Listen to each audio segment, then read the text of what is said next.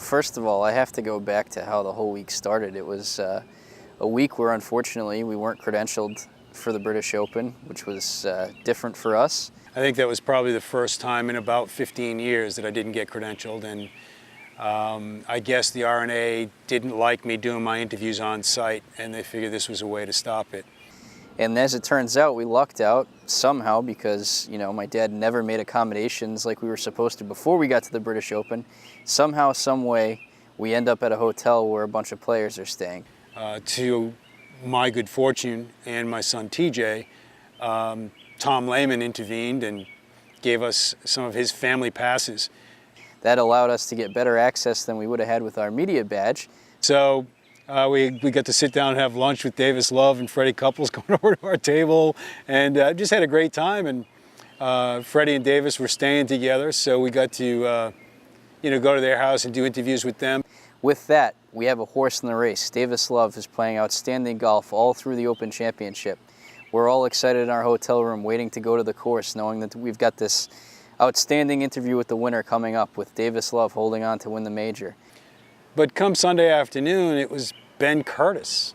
So we're in a situation where we say, who the hell's Ben Curtis? And I'd never met Ben before and didn't know what was going to happen. The way I remember the story is this. TJ and I went to where they do the interviews, where CNN and the Golf Channel and ESPN all get a shot at the winner. And Clark Jones was standing there, and I knew him a little bit, but really not that well. And he had told me, don't worry, you'll get your interview. And he was going to have us do it when everybody was done. But I felt like that was probably going to be rubbing it in the face of the RNA to do it right there. The tournament was over. I guess, as I learned in later years, it was okay to do that. But I didn't want it to seem like I was putting it in their face. So we arranged it with Clark. Look, we'll be set up outside the gate. We got a Bobby to actually man the camera for us while we're waiting. We're hanging out at the gates at Royal St. George's, wondering if we're going to get a win with the interview, with the champion. And Clark comes out in a van with Curtis and his wife-to-be and Claret Jug. We're sitting all set up where we're supposed to be, and Clark Jones is in the front seat of the van. He waves it off. Not going to happen. So from there, I've seen my dad kind of lose control a few times on the road through our travels and stuff. I don't think I've ever seen him lose it like this. And I think that my son TJ heard some language from me that he probably had never heard up to that time. To put it mildly, I was pissed.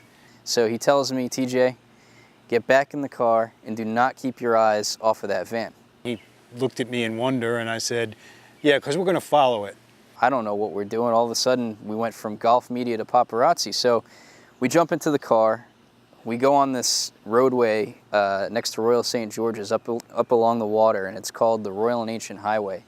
And it was just a one-lane road, so it was all out. And really, the van couldn't go very far because it was heavy traffic. Anyway, I keep my eyes on this car. I'm keeping one eye on the car, on the van rather, the other eye on the gas gauge, and I can see we've got practically nothing left for gas. So not only am I driving in Europe on very narrow roads in a chase, but I'm clipping trees as we're going by. TJ's sitting in the passenger seat, and of course, because I'm driving on the wrong side of the car, I'm the one who's clipping the trees. TJ all the while is just saying to me, you're crazy, Dad. You finally snapped. You're insane. This is ridiculous. If we don't run out of gas, we're going to get pulled over by a police officer for, chasing this car down. It's pretty much a high-speed chase. And I said, T, I'm just going to tell you I got a job to do, and I'm going to do the job. We finally get to the place where Curtis is staying, the IMG house, and the van pulls in, and we park right behind it. The gates start to close when the van goes into the driveway, and we got in time, so they didn't close on us. See Ben Curtis walk out of the van. He's got his claret jug in his hand, cradling it like a baby. He has no idea that we followed him. Was Clark in my car with me? Clark pops out of the van, sees me and TJ, and he was not happy.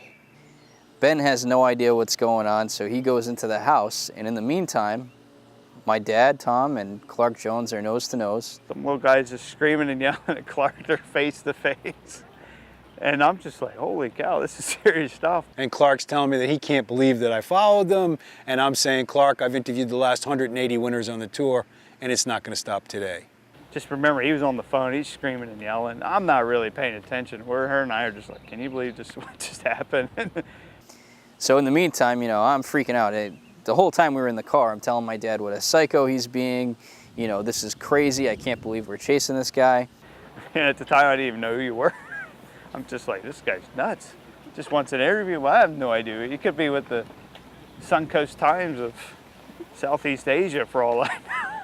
So when we cooled down, Clark said he couldn't believe that I did it, but he did give me props for following him. And so we conducted the interview. We went into the garage, grabbed a couple of chairs, set up a little studio, if you will, out in the garden there. So, it was very much relieving when the car finally stopped because the madness kind of settled down a little bit.